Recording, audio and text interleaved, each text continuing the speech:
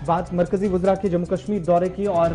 9 हफ्तों का दौरा जिसका चौथा हफ्ता शुरू हो गया है। मरकजी वज़रा अब तक तकरीबन 17 मरकजी वज़रा जो जम्मू सूबा और कश्मीर वादी का दौरा कर चुके हैं। गुज़श्ता रोज भी वादी कश्मीर के अंदर मुख्तलिफ अजला में जो माजी में कुछ अहम तरक्याती मनसूबे बनाए गए थे उनको कुछ को हरी झंडी दिखाई गई और कुछ को अगले कुछ मुकर्रर मुद्दत के अंदर या डेडलाइंस जो है वो तय कर दी गई है, इफ्तिताह हुआ है। लेकिन अब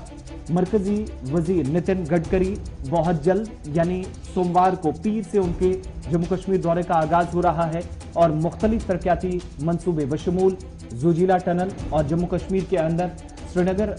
शहर को मिलाने वाली अहम जो राब्ता सड़कें हैं उनका न सिर्फ वो इफ्तिताह करेंगे बल्कि कामकाज का नितिन गडकरी मुआयना भी पीर से अपने दौरे के दौरान करने वाले हैं। जनाब 70 शेड्यूल बताया गया था और 60 से ज्यादा वज़रा की आमद हो चुकी है और अब 3 वज़रा और आएंगे जिनमें नितिन गडकरी साहब होंगे, मुख्तार अब्बास नकवी साहब होंगे और गिरिराज किशोर साहब होंगे। ये 3 वज़ीर जो हैं वो आएंगे जम्मू कश्मीर और इनमें सबसे अहम नज़र जो रहेगी वो रहेगी जनाब नितिन गडकरी पर, क्योंकि नितिन गडकरी साहब फाउंडेशन स्टोन डालने जा रहे हैं जिस श्रीनगर रिंग रोड का। उसके साथ साथ वो जोजिला टनल पर जारी कामकाज का भी जायजा लेंगे और मरकजी वज़ीर बराए ट्रांसपोर्ट हाईवेज जो है वो फाउंडेशन डालेंगे। 4 लेन रिंग रोड श्रीनगर का जो है 42 किलोमीटर का, जिस पर तकरीबन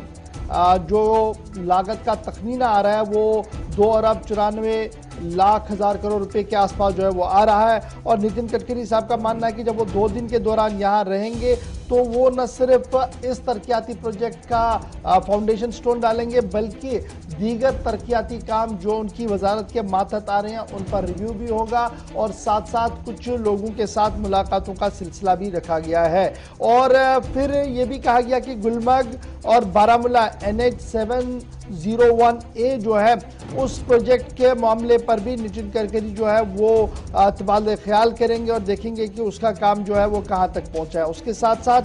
एक और जो स्मूथ जो टूरिज्म के हवाले से एक और बड़ी अहम बात है कि डोनी पावा अशाजी पोरा का जो NH 244 है उस पर भी जो है वो पेशरफ्त का जायजा लिया जाएगा जी उनकी तरफ से और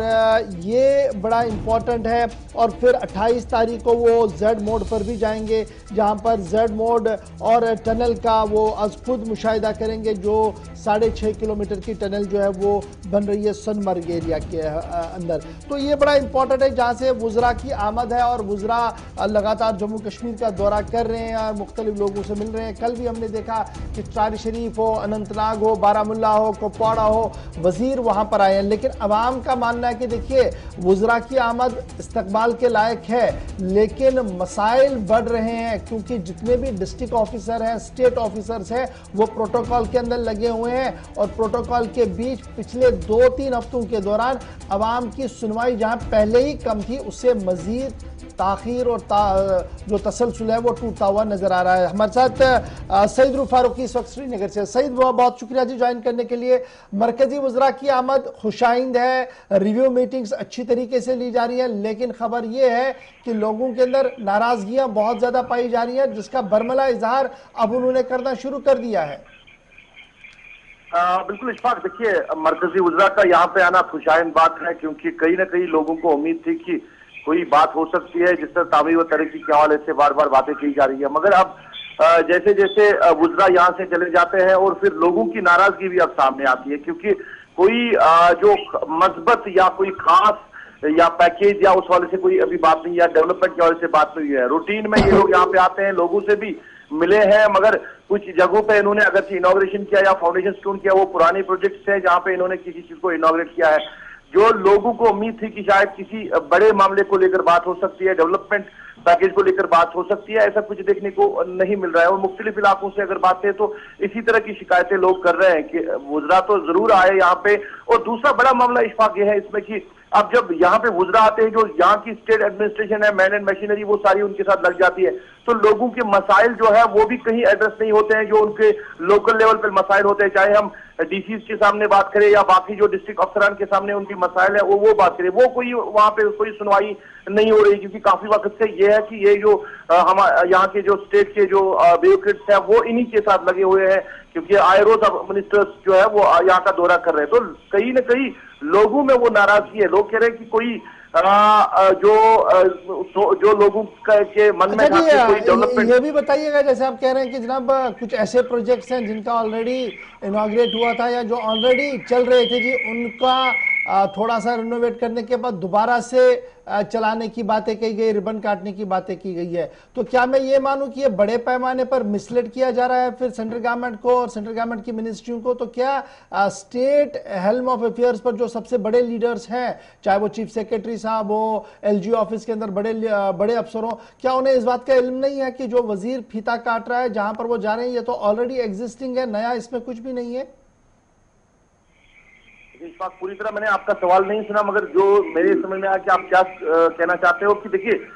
जो एडमिनिस्ट्रेशन, स्टेट एडमिनिस्ट्रेशन ने इनको दिया है कि आप फलानी जगह फलानी एरिया में जाइए और वहां पे किसी चीज को इनॉग्रेट करना। कल अगर फ्लाईशिप की हम बात करें, 1.5 साल पहले ये मुकम्मल हो चुका अस्पताल, इसको 1 साल से कोविड के लिए इस्तेमाल भी किया गया है। 2 हफ्ता पहले यानी 15 दिन पहले इसमें अब ओपीडी पेशेंट्स को देखा जा रहा है। तो लोगों ने कहीं ना कहीं इस चीज पे सवाल जरूर खड़े किए हैं कि एक अस्पताल, एक मामूली सा सब डिस्ट्रिक्ट हॉस्पिटल, इसके लिए मरकज से मिनिस्टर आए और उसको कहा गया यहाँ पे इसको इनॉग्रेट करे। अगर कोई और बात होती, किसी और डेवलपमेंट के हवाले से बात हुई, कोई और नए पैकेज के हवाले से बात हुई, वो बेहतर होता। मगर पुराने जो प्रोजेक्ट्स हैं जो पिछली सरकारों ने यहाँ पे बनाए हैं या जो वो मुकम्मल हो चुके हैं या जेर तामीर है, उनको ही आगे बढ़ाना ये सही नहीं है और मिनिस्टर्स को इस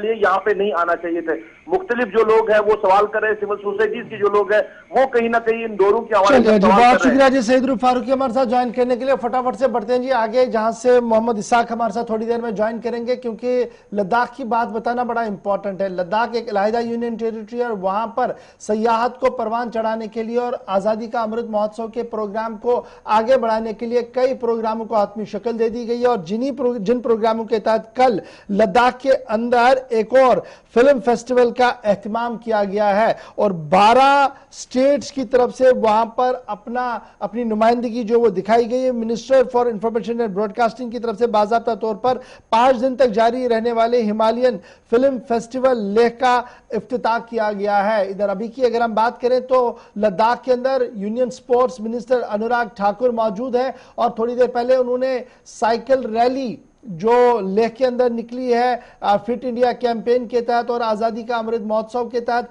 उसे हरी झंडी दिखाकर जो है वो रवाना कर दिया है। और कल जब उन्होंने बात की और कल रात देर तक वो नौजवानों के साथ बात करते रहे, तो उन्होंने कहीं ना कहीं एक नया जज्बा डालने की कोशिश की है लद्दाख के नौजवान के अंदर और कहा कि जिस तरीके से आप अपनी सकाफत और विरसे का तहफ़्फ़ुज़ कर रहे हैं, इसकी अशद जरूरत है और मुस्तकबिल के अंदर भी ये होना काफी ज्यादा। 5 रोजा फेस्टिवल का आगाज हो गया है और मरकजी वजीर अनुराग ठाकुर के साथ साथ कई फिल्मसाज यहां पहुंचे हैं। बॉलीवुड फिल्म डायरेक्टर्स हैं, प्रोड्यूसर्स हैं, एक्टर्स हैं और बिलखुसूस जो कारगिल जंग में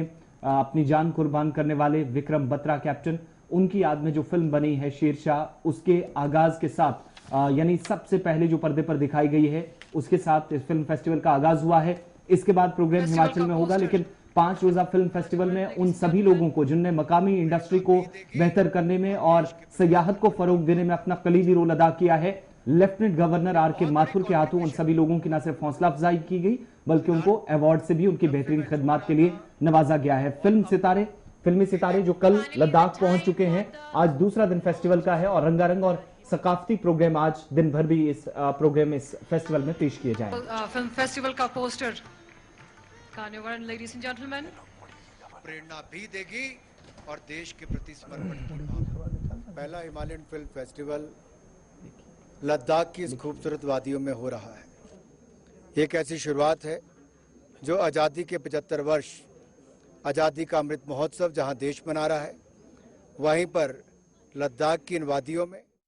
उड़ी के हवाले से करते हैं, चूंकि जहां पर गुज़श्ता दिनों 2 अलग अलग ऑपरेशंस खत्म हुए, 3 मिलिटेंटों की हलाकत हुई, फौज का एक जवान भी जख्मी हुआ, इतलात फौज की तरफ से दी गई और भारी मिकदार में असला और गोला बारूद भी बरामद हुआ हथलुंगा इलाके से या बाकी जो एरियाज थे जहां पर दरअंदाजी की कोशिश फौज के बकौल नाकाम बनाई गई। लेकिन इस बीच उड़ी से अब खबर यह है कि दोबारा फौजी जो बेस कैंप है उसके आसपास एक बार फिर अलर्ट पर सिक्योरिटी फोर्सेस को, फौज को रहने को कहा गया है, क्योंकि सरहदी इलाका उड़ी के अंदर जहां पर न सिर्फ दरअंदाजी की कोशिश हुई है बल्कि खुफिया इदारों की रिपोर्ट के बाद बेस कैंप में अफसरान को कहा गया है कि वो चौकन्ना रहें, चौकसी बरतें, हिदायत जारी कर दी गई हैं कि लाइन ऑफ कंट्रोल के करीबी इलाकों में, क्योंकि एयरबेस भी कोई ज्यादा दूर बैनुल-अक़वामी बल्कि जो लाइन ऑफ कंट्रोल है उससे ज्यादा दूर नहीं है, इस इलाके पर भी खास नजर दुश्मन की हो सकती है। जो खुफिया इदारों की रिपोर्ट है उस बिना पर अब अलर्ट पर रहने को तमाम फौजी अफसरान को कहा गया है और अपने अपने जिन इलाकों के अंदर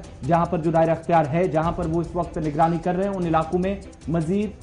चौकसी बरतने की अपील उनसे हिदायत की गई है। दूसरी तरफ एक जानिब जब ऐसी सूरत हाल बनी है तो कल चूंकि डीजीपी दिलबाग सिंह भी उड़ी के दौरे पर थे, इस जो गुज़श्ता दिनों ऑपरेशन खत्म हुआ उसके बाद सारी सूरत हाल रही, उस पर ब्रीफ किया गया सिक्योरिटी फोर्सेस की कार्रवाई के हवाले से उन्हें। तो उसके बाद उन्होंने कहा कि जो कोशिश अब तक हुई है ये यहां रुकने वाली नहीं है, मुमकिन कोशिश दरअंदाजी की मजीद हो सकती है जिसमें इजाफे का इम्कान है। कुछ दिन बाद ऊपरी इलाकों में बर्फ पड़ने शुरू हो जाएगी और उससे पहले हो सकता है कि एक दो पॉइंट जहां पर आज भी खदशा है दरअंदाजी हो सकती है, लिहाजा वहां पर भी अब चौकसी बरती जा रही है। दूसरी तरफ खुफिया इदारों की रिपोर्ट के बाद फौज को भी अलर्ट पर रखा गया है।